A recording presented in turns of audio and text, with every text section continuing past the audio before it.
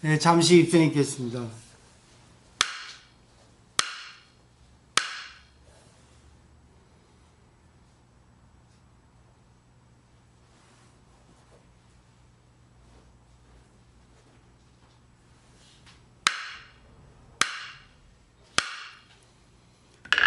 네, 반갑습니다. 반갑습니다. 네. 얼마 전에 컴퓨터 본체가 망가져서 수리했습니다. 근데 어제 또 컴퓨터 망가져서 이제 수리를 좀 부탁했는데, 제가 컴퓨터를 쓰고 나서 양계보살이 이제 컴퓨터를 썼어요. 그리고 껐는데, 그다음부터 이제 모니터에 이제 화면에 들어오질 않는 거예요. 그 제가 순간, 야, 네가 만져서 망가뜨렸다 이랬습니다. 근데 그 순간 제가 그랬죠. 내가 컴퓨터를 지금까지 사용해 올 때 내가 잘못 컴퓨터를 쓸 수도 있었고, 또 컴퓨터에 또 문제가 있을 수 있는 그게 인연이겠죠.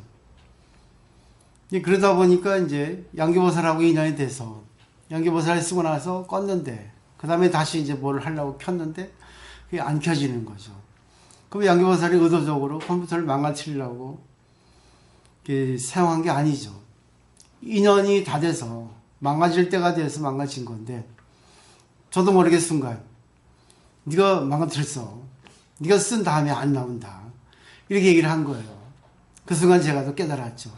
아, 또 중생이구나. 아무리 이치를 알면 뭐해. 현상에 걸려서 네가 망가뜨렸잖아.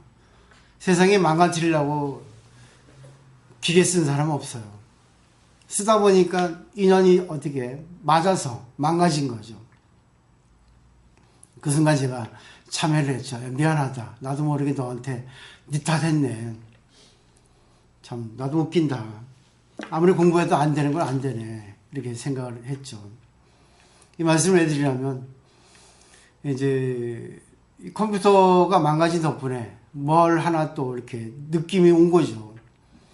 컴퓨터에 감사할 수 있고, 또 양계보살에 또 감사할 수 있고, 이 모든 인연을 통해서 내 자신의 어떤 그런 공부가 하나씩 더 이렇게 늘어가고 있다는 것. 이것은 아무리 깨달음이 와도 인연이 맞지 않을 때는 어쩔 수가 없어요. 부처님 당시 때도 부처님이 이제 우주의 진리를 이제 깨달으셨죠. 근데 우주의 진리는 말 그대로 이게 자연이에요. 자연이라는 것은 절대 평등입니다. 근데 오직 인간만이 그 자연을 거슬립니다. 부처님께서는 그걸 깨닫고 나서 인간은 절대 평등한데 인간의 어떤 자기 중심 때문에 그 자연의 법칙을 거슬린다. 그래서 자연으로 돌아가라 하는 그런 가르침을 설했어요. 자연으로 돌아가기 위해서는 봄이면 봄답게 살고, 여름이면 여름답게 살고, 네가 힘들 때 힘들 때 살고, 또 슬플 때 슬프게 살고, 그런 가르침으로 돌아가라 이렇게 말씀하셨거든요. 결국 자기 자신을 비워라 이렇게 말씀을 하셨어요. 근데 너무나 그 당시에 있어서는 인도의 그 전통 종교는 바라문 교잖아요. 근데 그거는 절대 차별이거든요. 사성계급이라는 거는 신분제도가 분명합니다. 직업 구분도 분명하고. 근데 부처님께서 진리를 깨닫고 나서 절대 평등의 세계를 부르짖었거든요. 너무 진리가 위대하다 보니까 급속도로 이제 신도가 늘어나고 수행자가 이렇게 많이 모였습니다. 근데 문제는 많은 사람이 모이다 보니까 머리끝부터 발끝까지 있어요. 최고 하이클래스 사람도 오지만 최고 윗바닥 사람도 온단 말입니다. 근데 사람이 모이다 보면은 소리가 나게 돼 있죠.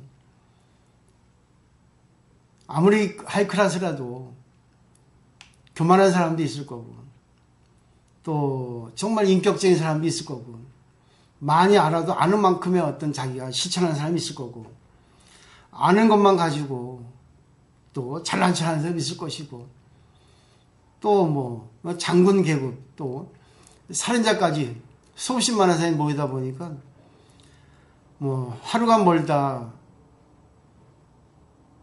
사건이 생기는 거예요. 사건, 사고. 그때마다 이제 부처님께 이제 보고를 올리죠. 제자들이, 그 중에 이제 괜찮은 제자들이, 부처님 이런 일이 생겼습니다. 부처님은 그 문제를 일으킨 제자를 불러서 어드바이저 역할을 합니다.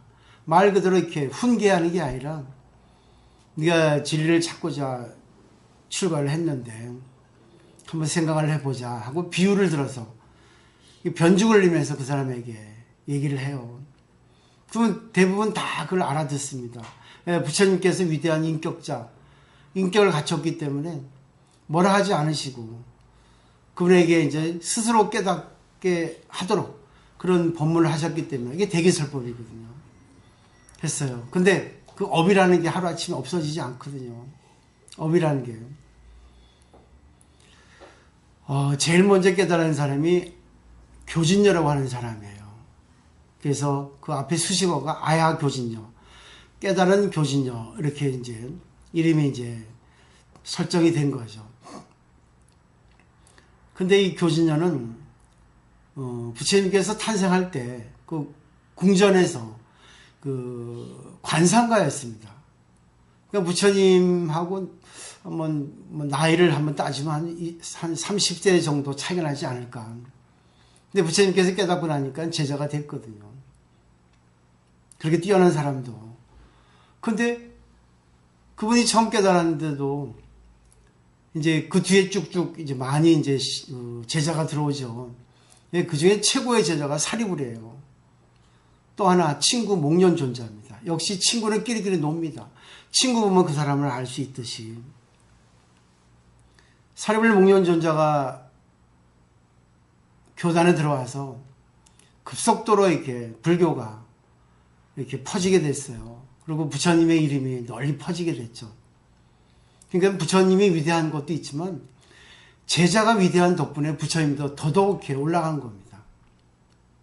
근데 그 아야 교진녀가 참 저는 이렇게 좋은 게 자기가 보니까 사리불하고 목련존자가 자기보다도 낫거든요.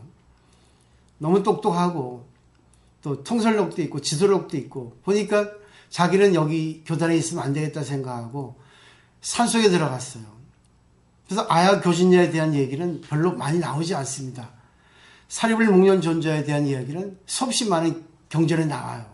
그만큼 부처님 밑에서 수없이 많은 그런 중생들을 구제했다는 얘기 나오고 특히 사리불은 부처님이 아프실 때 대신 설법을 할 정도로 뛰어난 제자였어요. 근데 그 부처님께서 왕자였을 때 궁궐에서 그 마부, 요즘 말하면 운전기사죠. 운전기사를 한 그 찬타카라고 하는 그런 마부가 부처님을 도와서 같이 출가를 했거든요. 근데 부처님께서 위대한 부처님이 되니까 자기가 그 공이 있다 해가지고 부처님 밑에서 자기가 항상 교만했어요. 실력은 별로 있지 않은데요.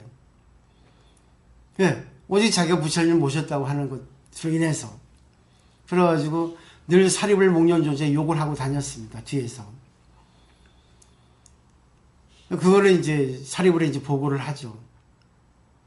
부처님 이럴 때 어떻게 하면 좋겠습니까? 그러니까 주로 이제 안환이 이제 시자니까 비서관을 통해서 이제 부처님한테 보고가 들어가겠죠. 근데 그때마다 이제 부처님은 그 찬타카를 불러가지고 어드바이스를 해주죠. 조언을 해주죠. 그럼 되겠니? 네가 출가했는데 모처럼 공동이 있어서 출가했는데 그러면 안 되지 않냐 하고 이렇게 다독거리는 거죠. 부처님은 참 인간적인 분이라고 생각해요. 그리고 너무나 진리를 잘 알지 않았나. 예수하고는 좀 다르죠. 예수는 성격이 까칠한데 부처님은 너무나 부드러우신 분이라고 생각할 수 있어요. 근데 그것이 이제 한두 번 아니고 여러 번 그러니까 안한존자가 부처님이 어떻게 하면 좋겠습니까? 부처님이 계실 때는 부처님께서 이렇게 해결해 줄 수 있는데, 부처님 만약에 돌아가신 다음에는 저 찬탁하를 어떻게 하면 되겠습니까? 하니까 그때 부처님께서 말씀하시기를, 그때는 브라마 단타라고 하는 벌에 처해라 그랬습니다. 이게 이제 수범 재정이에요. 이게 계율이 생긴 겁니다. 교단이 생기면, 집단이 단체가 있으면 이 규칙이 있어야 돼요. 규칙을 어길 때는 벌을 받아야 됩니다. 그러지 않으면 단체가 존립하지 않거든요. 근데 일반 불자들은 단체가 아니기 때문에 계율이 없죠. 계만 있고 율은 없죠. 근데 부처님이 돌아가셨어요. 근데 또 계속 찬타가 사립을 하고 목련존자 욕을 하고 다니고, 하여튼 잘난 사람들이 욕을 하고 다녔어요. 그래서 대중들이 모여서 이제 그 찬타가를 갖다가 이제 벌을 줍니다. 부처님께서 이렇게 말씀하셨다. 브라마 단타. 브라마 단타는 범단이란 벌이에요. 묵빈대처란 뜻입니다. 왕따시켜라는 뜻이에요. 저거 인간 안 되니까 독방에 가두라 그런 뜻입니다. 근데 여기서 또 재밌는 게, 그러니까 그 찬타카가 그러면 나보고 죽으라는 거 아니냐. 그리고 절도했대요. 그 경전에 나옵니다. 근데 그 다음에 정신을 차리고 열심히 수행해가지고 아라한과에 올랐다는, 깨달았다는 얘기가 나옵니다. 이런 내용을 볼 때 아무리 출가한 스님이라 하더라도, 아무리 그 세상의 이치를 안다고 하더라도 이 업이라는 것은 하루아침 바뀌지 않아요.